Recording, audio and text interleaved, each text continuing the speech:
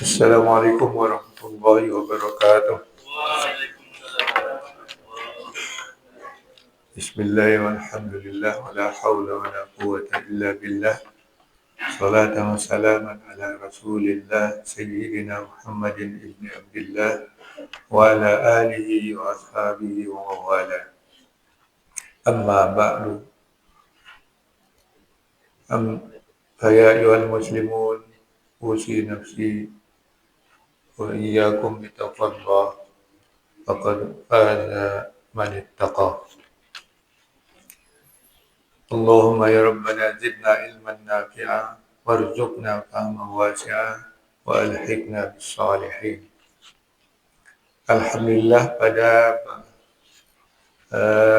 subuh ini kita kembali dalam keadaan sehat walafiat dan dilapangkan waktunya oleh Allah SWT untuk mengerjakan atau melaksanakan amal-amal kita yang baik yang wajib maupun yang sunat.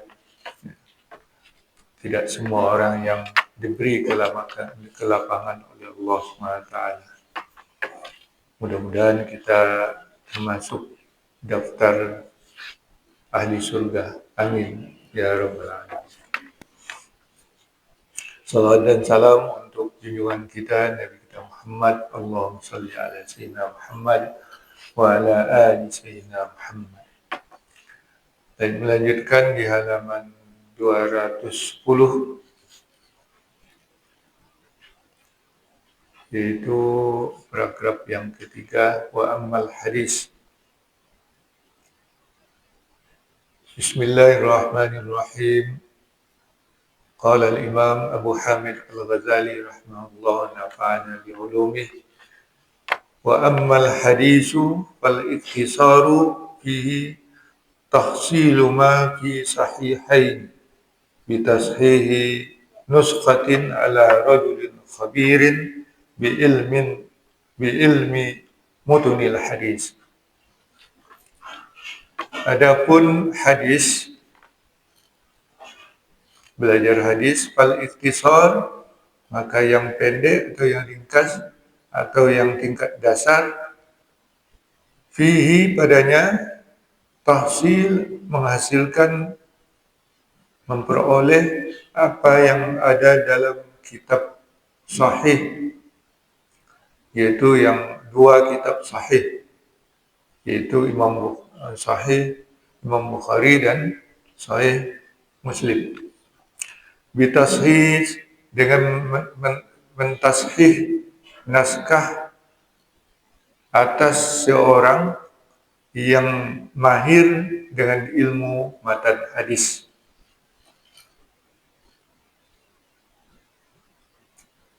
Wa amma hifzu asami ar-rijal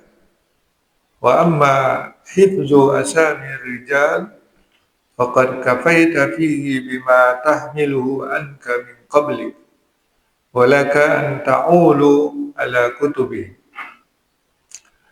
wa laysa yalzamuka hifzu mutunis sahihain walakin tuhassiluhu tahsilan taqdiru minhu ala talabi ma tahtaju ilayhi indal hajah. Wa ammal iktisadu fihi fa an tadifa ilayhi ma kharaja anhuma mimma warada fil musannadat as-sahihah.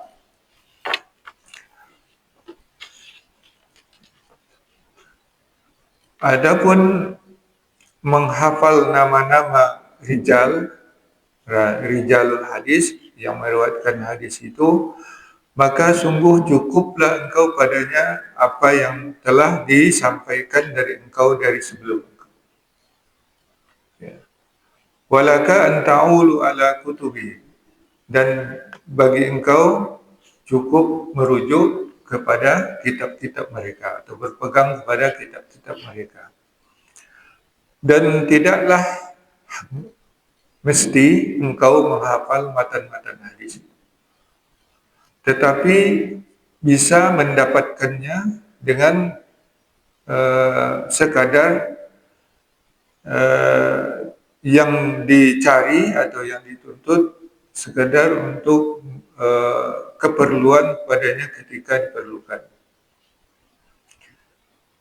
Itu yang tingkat pertama.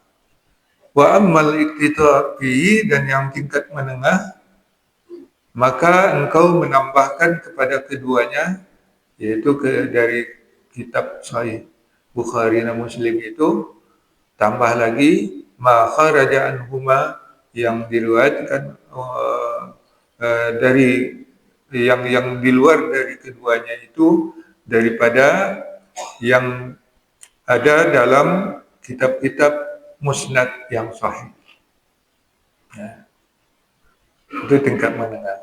Wa ammal istiqsa'u fama wara'a dzalika ila isti'abi kulli ma nuqila min ad-dha'if wal qawi was sahih was saqim wa ma'a ma'rifati turuqil katsirah bin naqli wa ma'rifati ahwali rijali wa asma'ihim wa awsafihim. Adapun tingkat lanjut, tingkat yang mendalam, maka lebih daripada itu, lebih daripada yang demikian itu, sampai mendalami setiap apa yang diriwayatkan, yaitu setiap apa yang diriwayatkan hadis-hadis berupa yang dhaif, yang kuat. Jadi bisa membedakan yang dhaif dan yang kuat. Was sahih was saqim, dan yang sahih dan yang cacat. Ma'a ma'rifati turuqil katsirah bin naqli, bersama mengetahui jalur-jalur yang banyak dalam periwayatannya. Wa ma'rifati ahwalir rijali wa asma'ihim wa awsafihim,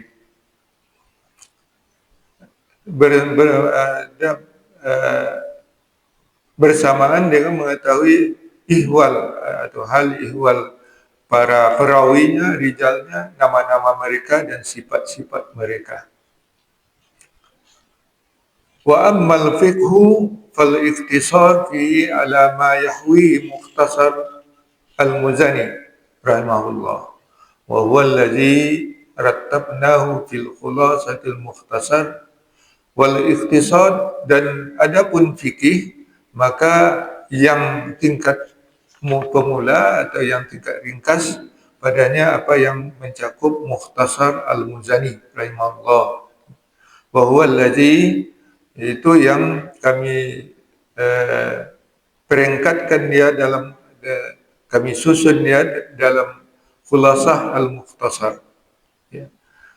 Wal ikhtisar, dan yang tingkat menengah yang sedang padanya, ma yablu salah satu amsali, ma yablu salasata amsalihi wa huwa al-qadar wa huwa al-qadarul ladzi awradna fil wasit min al-madhhabi. Dan yang tingkat menengah padanya, yaitu yang sampai 3 kali lipat dari yang ringkas tadi, yaitu seukuran yang kami kemukakan dalam Al-Wasit fil minal mazhab, yaitu kitab Al-Wasit yang ditulis oleh Imam Al-Ghazali. Wal istiqsa, dan tingkat lanjut, itu yang kami kemukakan di dia fil basit, dalam kitab Al-Basit, ila mawara dzalika minal mutawwalat, sampai dan yang lain-lainnya dari kitab-kitab yang panjang-panjang atau yang tebal-tebal. Wa ammal kalamu famaqsuduhu himayatul mu'taqadat allati naqalaha al-sunnah minas salafis salih. Adapun kalam, ilmu kalam, maka tujuannya adalah memelihara akidah yang diriwayatkan oleh ahlu sunnah dari para salaf as-salih. La ghair, tidak lebih dari itu. Wa ma wara'a dzalika talabun likasbi haqa'iqil umuri min ghairi tariqatiha. Dan yang kalau dibalik itu adalah menuntut penyingkapan hakikat-hakikat berbagai perkara dari yang bukan jalannya.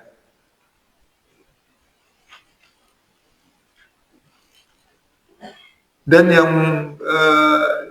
yang dimaksud adalah hafzus sunnah, yaitu memelihara sunnah, menghasilkan tingkat yang awal, tingkat yang ringkas daripadanya, dan bimu'taqadin mukhtasir, dengan akidah yang ringkas juga. Wa huwal qadarul ladzi awradnahu fi kitabi qawaidil aqaid min jumlati hadzal kitab. Itu yang kami kemukakan dalam kitab qawaidul aqaid, yaitu kaidah-kaidah akidah dari jumlah kitab ini. Dan yang tingkat menengah padanya, yang ma yablu qadra mi'ata waraqah, yaitu yang sampai seukuran 100 lembar. Ya, 100 lembar.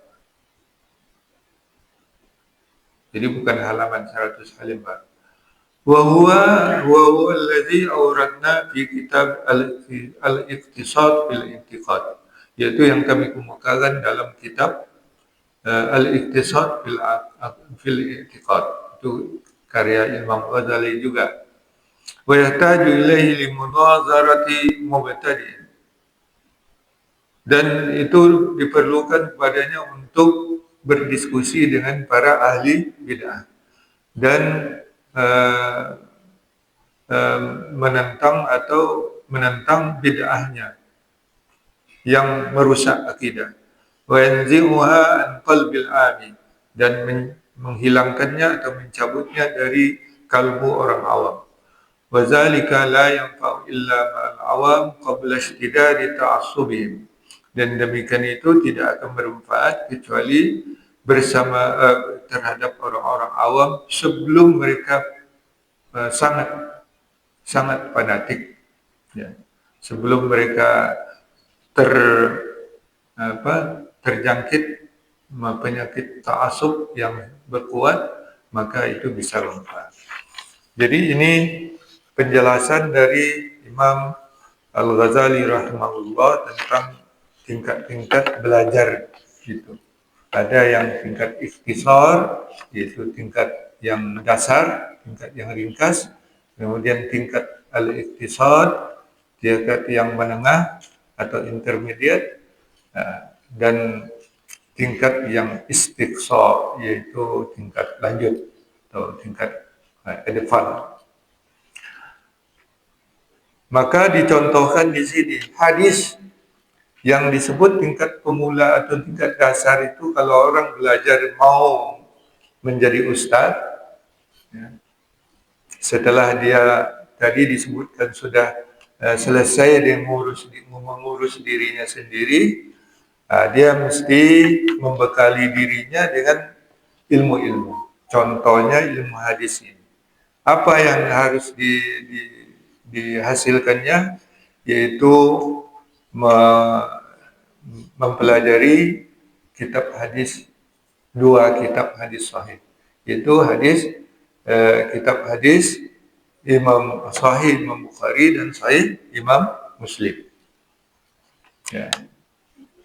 Dengan berguru untuk mentashih naskahnya, karena dulu kan dihafal melalui simai, dengar-dengar, mendengar. Kadang-kadang salah dengar, maka itu dikonfirmasi, diulang, ditashih, disahihkan di depan ustaz apakah matannya itu sudah benar. Ya. Kalau sekarang tidak susah karena dia sudah tertulis. Dan dulu itu menulis dengan tangan, tidak ada percetakan. Kadang-kadang yang tertulis itu dibacakan di depan guru, apakah sudah betul tulisan itu, tidak ada yang salah. Itu namanya tashih, ya. Mentashih matan-matannya. Begitulah orang dulu di zaman Imam Ghazali itu belajar kalau ingin menjadi ustaz. Ini kalau bagi orang awam cukup mendengar aja.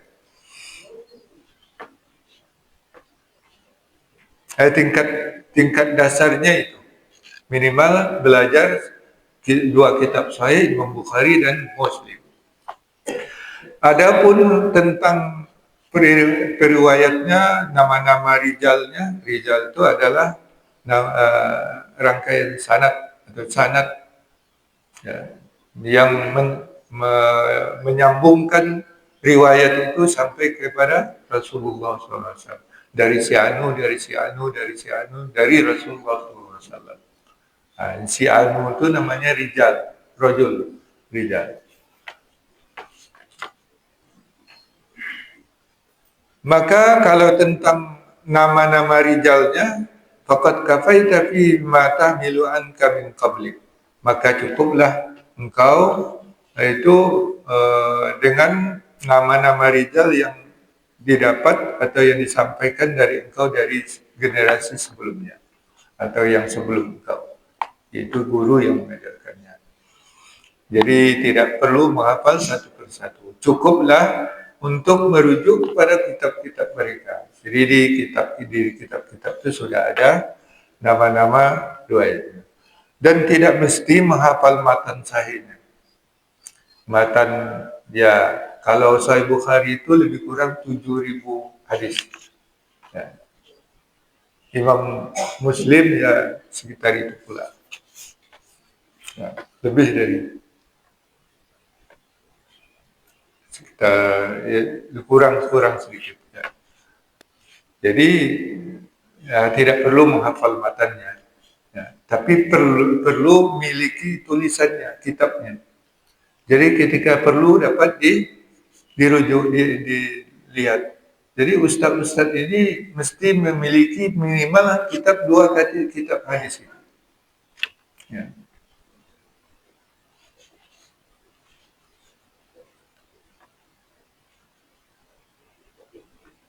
Bila perlu mau ceramah, kita dapat membuka kitab.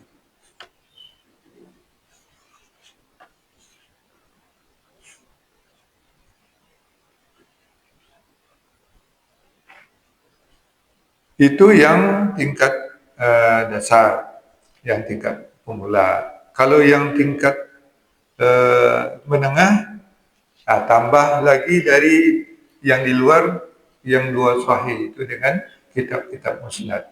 Minimal 4 kitab musnad, yaitu Musnad Imam Abu Daud, Musnad Imam An-Nasai, Musnad Imam At-Tirmizi, 5 kitab ya, dan Musnad Imam Ibnu Majah. Sunan Ibnu Majah, Sunan. Jadi Sunan Abu Daud, Sunan An-Nasai, Sunan At-Tirmizi, Sunan Ibnu Majah.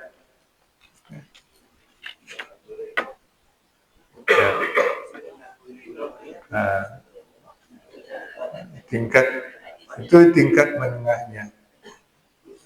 Jadi kalau nak tingkat menengah, nak mengajar di tingkat aliyah atau tingkat sanawiyah, aliyah itu tingkat menengah. Kalau mubalik, tingkat menengah itu mestinya dia memiliki minimal kutubus sittah, kitab hadis yang 6 itu.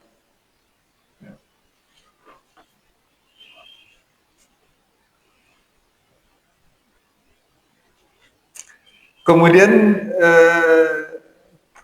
amal istiqsa yang tingkat lanjut, yaitu yang tingkat ulama besarnya, maka dia fama wara'a zalik, itu yang lebih dibalik itu lagi, yaitu mendalami apa yang dilalami itu setiap yang diriwayatkan dari mengetahui yang dhaif dan yang kuat, yang sahih dan yang cacat daripada hadis itu, mengetahui jalur-jalur yang banyak dari riwayat hadis itu mengetahui hal ihwal rijal tadi, nama-nama mereka dan sifat-sifat mereka.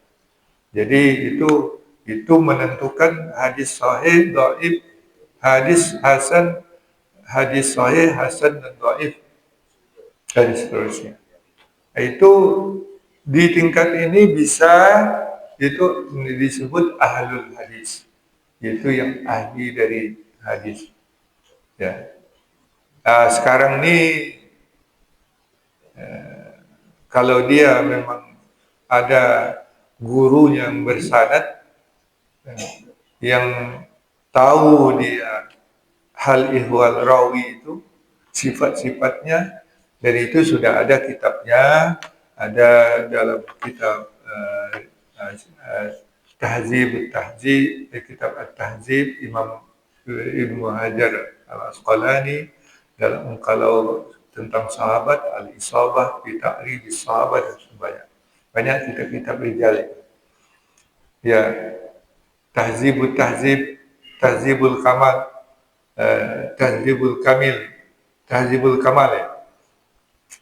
Itu banyak jilidnya, sampai 40 jilid. Ya.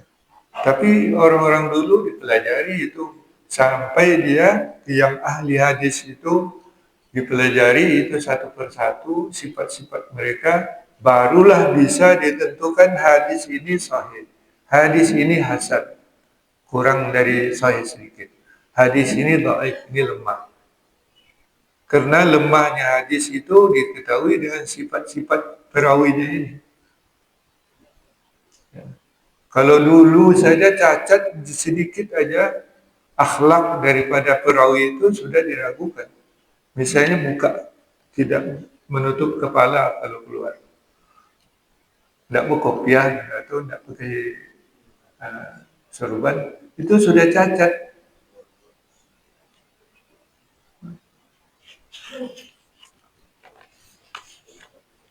Sebenarnya tandanya tidak dapat dipercaya. Kalau sekarang kan tidak. Malah ada orang tidak mau pakai kopiah.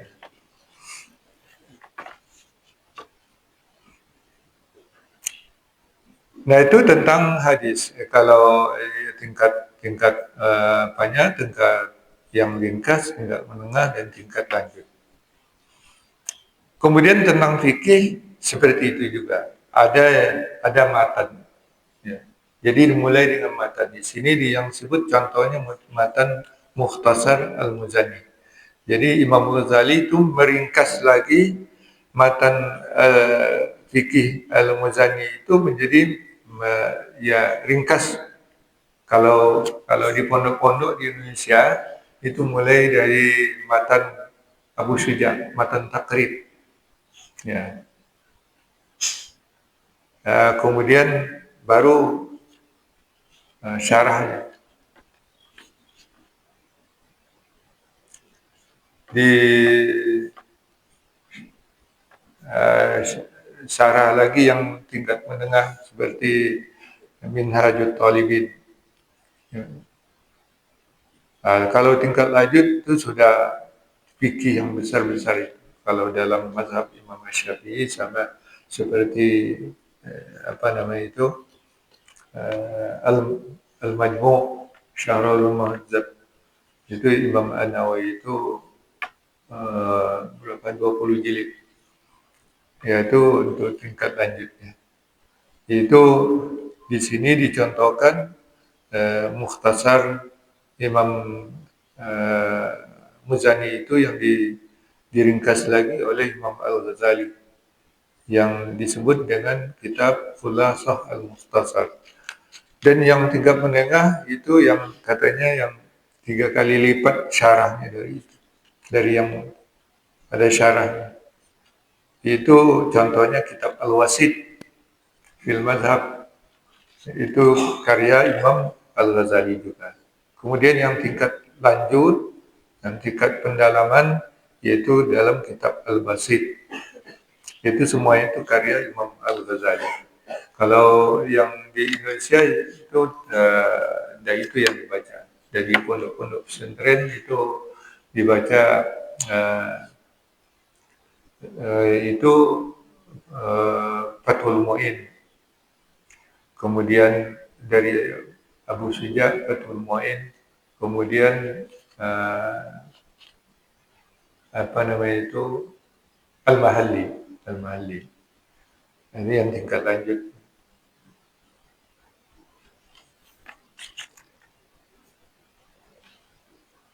Kemudian di ilmu kalam juga seperti itu ilmu kalam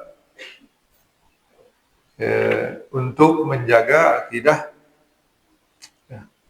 melindungi akidah yang diriwayatkan dari ahlu sunnah dari salafus salih, tidak lain. Dan itu dasar, yang dasar. Ya. Jadi kalau di pondok-pondok itu ada aqwal mardiyah, kitabnya yang tingkat dasar, kemudian ada kifayatul awam yang sudah ada syarah. Kemudian tingkat lanjut seperti hasyiah Ad-Dasuki, seperti itu. Dan itu semuanya yang tingkat ikhtisad ini juga ada di karya di ilmu kalam ini juga ada karya Imam Ghazali, nama kitabnya Qawaidul Aqaid, itu yang tingkat dasar. Kemudian yang tingkat menengah yang disebutnya 100 lembar itu ada kitab Al-Iqtisad fil I'tiqad, itu juga karya Imam Al-Ghazali.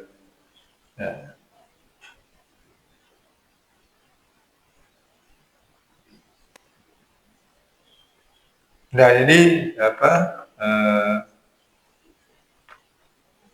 untuk menjaga akidah umat, untuk juga membentengi daripada akidah bid'ah yang disebarkan oleh orang-orang seperti orang Mu'tazilah, Qadariyah dan Jabariyah dan lain-lainnya. Nah itulah pelajaran pada pada fakrah atau paragraf yang kita baca ini. Mudah-mudahan menambah pengetahuan kita. Wallahu a'lam. Ya. Kalau kita belajar sumber hukum Islam itu kan Quran, hadis, ijma, qiyas dan lain-lain. Tapi ada juga ustaz yang merujuk ke asal sahabat. Kalau hadis kan ada doanya, ada fakihnya, ada perawinya. Asal sahabat ini apakah ada perawinya juga dan atau ada juga kitab? Semuanya asar sahabat itu tercakup dalam kitab-kitab hadis. Jadi baik yang langsung dari sabda Rasulullah SAW dan juga kata-kata sahabat itu sudah tercakup dalam kitab yang 6. Tambah lagi kitab yang 9. Ya. Dan semua kitab hadis itu sudah tercakup semuanya. Baik sabda langsung Rasulullah SAW atau perbuatannya yang diriwayatkan ataupun ketetapannya, takrirnya, yaitu takrir ini perbuatan yang disaksikan oleh Rasulullah tanpa komentar. Yaitu namanya takrir. Artinya Rasul ada orang berbuat ini tapi tidak dilarang oleh Rasulullah SAW. Berarti itu sah, dibolehkan oleh Rasulullah SAW. Itu namanya takrir. Ya. Termasuk pendapat-pendapat para sahabat. Kata-kata para sahabat itu sudah tercakup semuanya dalam kitab hadis itu. Jadi asal sahabat. Ya. Kalau melihat apa yang tadi disampaikan menjadi ustaz harus menguasai beberapa buku dari beberapa referensi yang mungkin menurut saya itu kalau hanya dapat oleh satu perusahaan saya untuk lebih mengarah kepada pendalaman. Nah kalau Bapak lihat dengan fenomena internet yang menjamur ini, kira Iya itulah. Oleh sebab itu kacau juga kita karena Ustaz. Kadang-kadang dia ngajinya seminggu cuma. Udah tiba-tiba jadi Ustaz aja dia. Nah itu kan kacau. Baru dihafal 2-3 hadis, nah jadi Ustaz dia.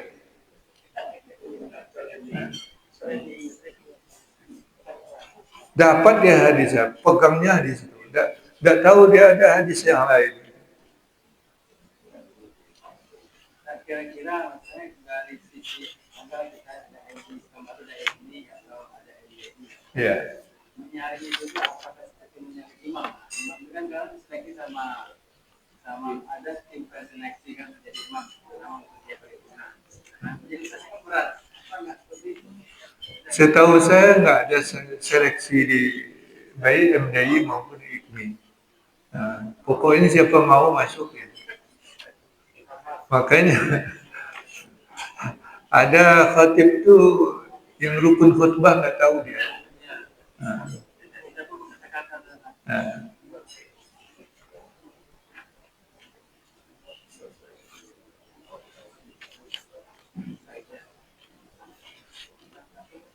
Jadi itulah apa. Jadi kalau mau anak-anak kita atau cucu kita jadi ustadz, masukkan ke pondok pesantren. Ya, yang yang masih ada baca kitab kuningnya itu.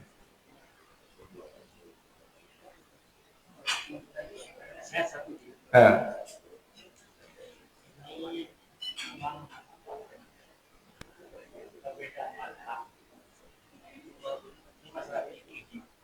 ya,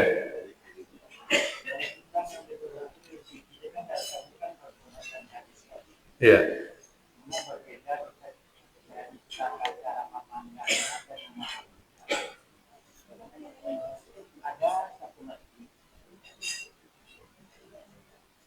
Kalau kita masuk informasi ini siapa yang dapat itu mengatakan saya nanti tentang orang yang ini ada masjid yang tak boleh isi di depan khusus orang jadi anak yang tak boleh diisi pokoknya kalau sholat bisa kosong dua sak di depan itu jadi belakangnya ya kan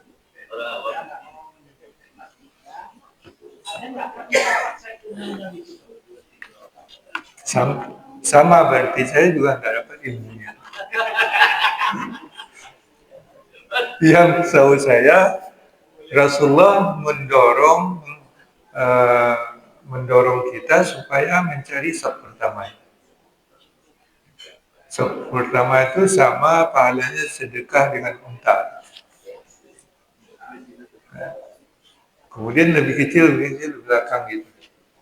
Itu yang setahu saya.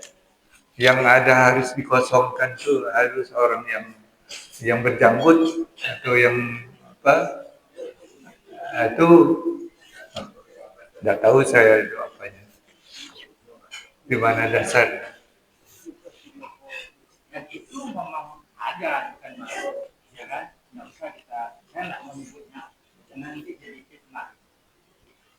Kalau kita sholat saya ya otomatis aku jadi cabut aja ini saya harus apa di belakang yang pakai jenggot atau yang pakai celana apa namanya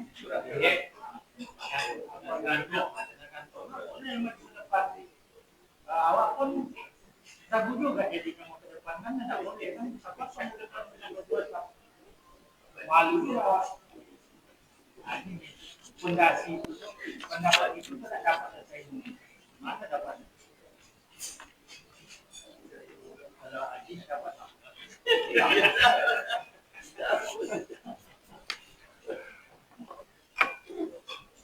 Dan itulah karena ada istilah ahlul bid'ah.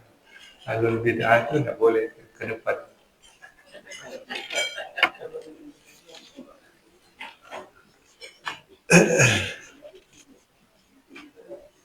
Hanya satu lagi. Ya. Jadi kan bicara hadis, kedua yang kita bicara di muka ini sebenarnya boleh dikatakan menceritakan kemampuan anak-anak. Kalau kita belajar dulu di pesantren, mengetahui sebagai 20 yang berarti sama Allah, 20 yang mustahil satu hal. Yang empat yang wajib sama Rasul, empat yang mustahil satu hal. Terkumpul dari 50.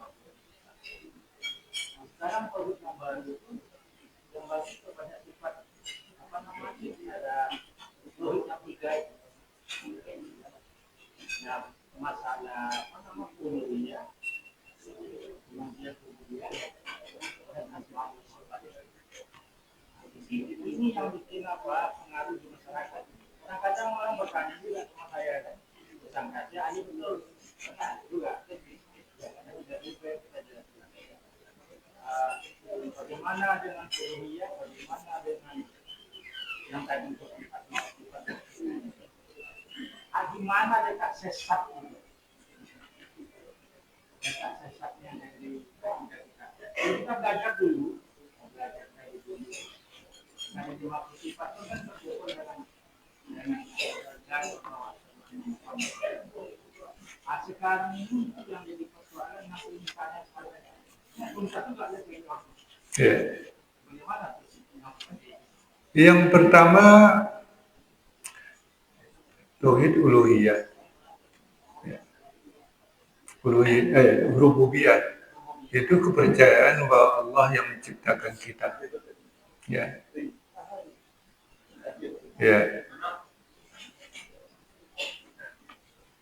Uluhiyah itu kepercayaan, sehingga karena di dalam ayat Al-Quran itu ada wala in sa'altam man khalaqas samawati wal ardi la yaqulunna Allah qul alhamdulillahi bal aktsaruhum la ya'lamun. Itu dasarnya rububiyah itu. Kalau orang percaya bahwa Allah itu sebagai Khalik, sebagai penciptakan kita dan memelihara kita, nah itu namanya tauhid rububiyah. Nah, karena orang musyrik juga percaya Allah mencipta, jadi dari segi rububiyah, maka orang musyrik itu mukmin, orang beriman. Nah, ini sesat yang pertama. Karena Allah menurut orang musyrik itu tidak sama dengan Allah yang diajarkan oleh Rasulullah SAW. Dan ayat itu tidak menyatakan bahwa iman mereka itu sah. Nah, itu lihat penafsir ulama salaf. Jadi Abu Lahab itu mukmin menurut mereka. Abu Jahal itu mukmin karena dia percaya bahwa Allah menciptakan, tetapi tidak memelihara.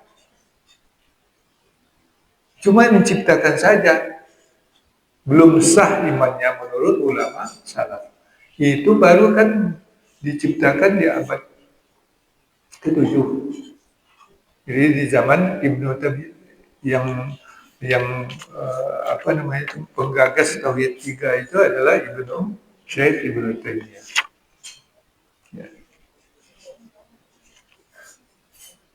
Menurut ulama salaf, apapun yang dikatakan oleh musyrik tentang Allah itu tidak benar. Karena Allah itu istirahat dia. Setelah mencipta dia istirahat. Enggak ngurusin kita dia. Maka untuk ngurusin kita itulah berhala-berhala yang mereka sembah. Supaya mereka banyak rezekinya sembah berhala. Supaya mereka terhindar dari bahaya sembah berhala. Rububiyah mereka belum sah. Karena enggak percaya Allah itu yang memelihara.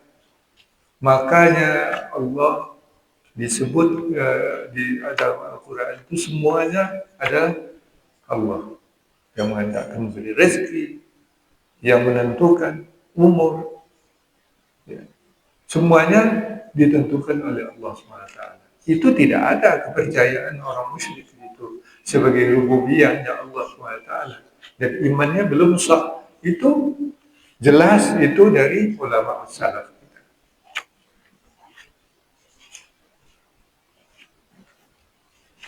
Nah, kemudian uluhiyah. Uluhiyah hanya menyembah kepada Allah SWT. Itu benar. Tak ada boleh musyrik. Tapi itu digunakan untuk menyalahkan orang yang bertawassul. Para bertawassul itu dilakukan oleh Nabi dan para sahabat. Yaitu dalam doa kita kepada Allah SWT minta limpahan berkah tabarruk. Minta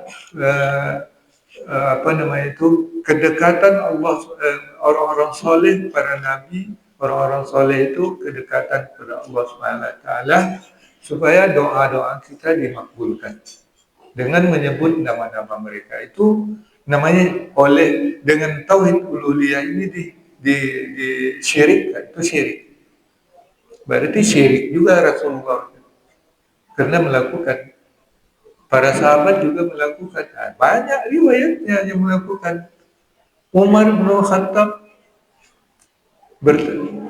menggunakan nama Abbas paman Rasulullah.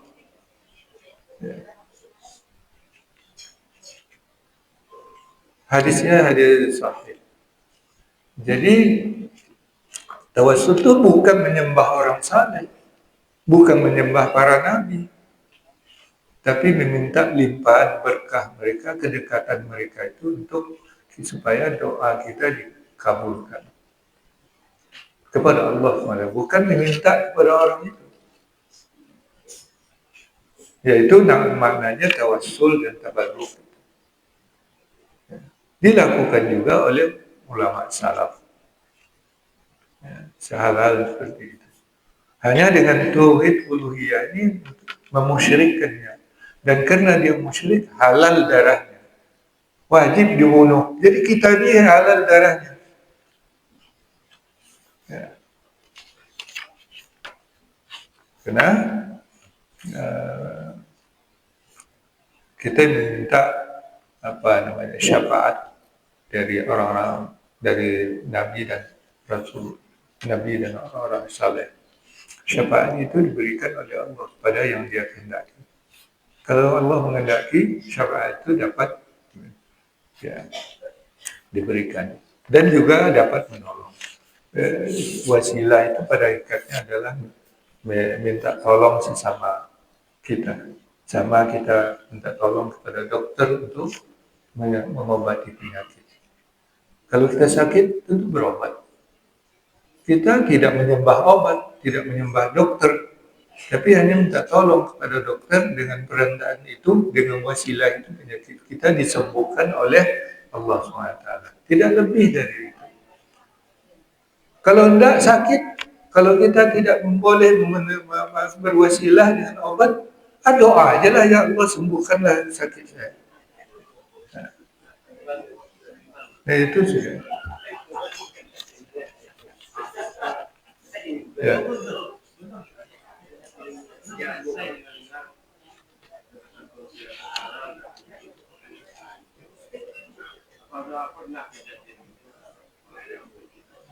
Masya Allah, kalau orang membaca sejarah Wahabi di Saudi itu banyak sekali ulama-ulama sufi, orang-orang tarikat yang dibunuh.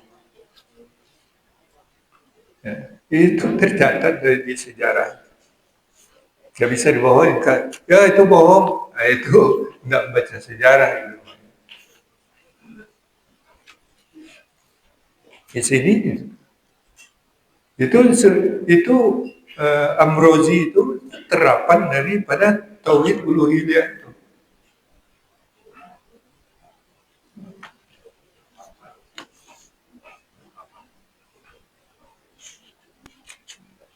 Nah itu.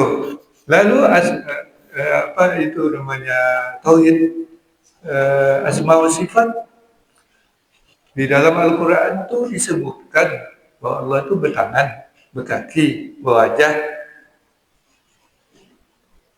Wajib kita percaya itu seperti kita, seperti syabun amrak, seperti pemuda yang baru ABG gitu. Nah, para ulama salaf tidak ada yang percaya itu, semuanya itu adalah metafora tentang Allah SWT untuk menggambarkannya, untuk mendekatkan faham bahwa itu digunakan untuk dalam apa namanya itu mengcounter orang-orang Yahudi yang menyamakan Allah dengan manusia.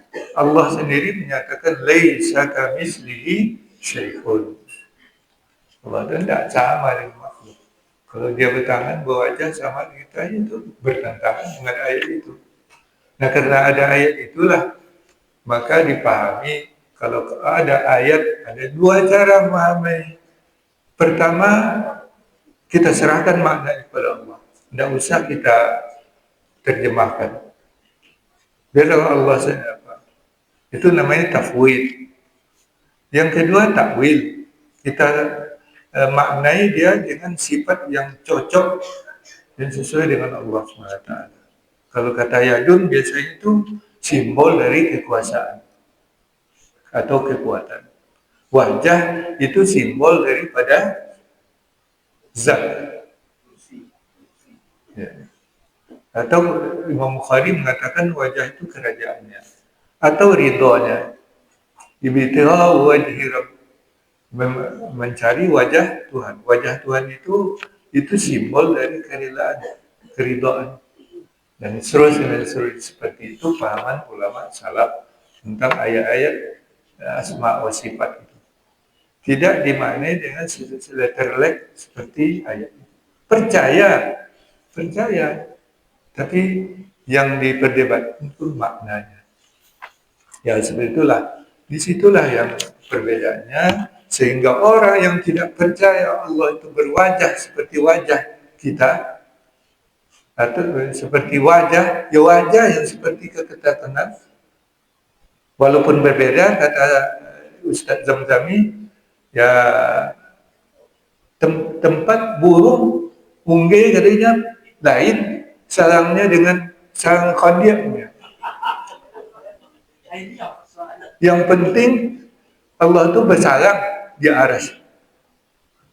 Beda dengan sarang ungge. Beda dengan sarang kondiak. Nah itu pemahaman apa yang seperti itu? Itu berarti bahari juga di Allah Ta'ala. Menghendaki kesalahan itu. Yaitu perbedaannya pemahaman mereka dengan yang sudah berlaku di zaman, mulai dari zaman salaf dulu sampai pada zaman kita ini. Wallahu a'lam bishawab. Mudah-mudahan ada manfaat bagi kita dan selamat akidah kita dan bisa kita mawas. Dan bagi yang ustadz tentu tambah melengkapi pengetahuannya untuk menjadi ustadz. Wallahu a'lam bishawab. Wallahu wali taufiq wal ridha wal hidayah wal afu minkum. Mohon maaf atas segala kekurangan. Wassalamualaikum warahmatullahi wabarakatuh.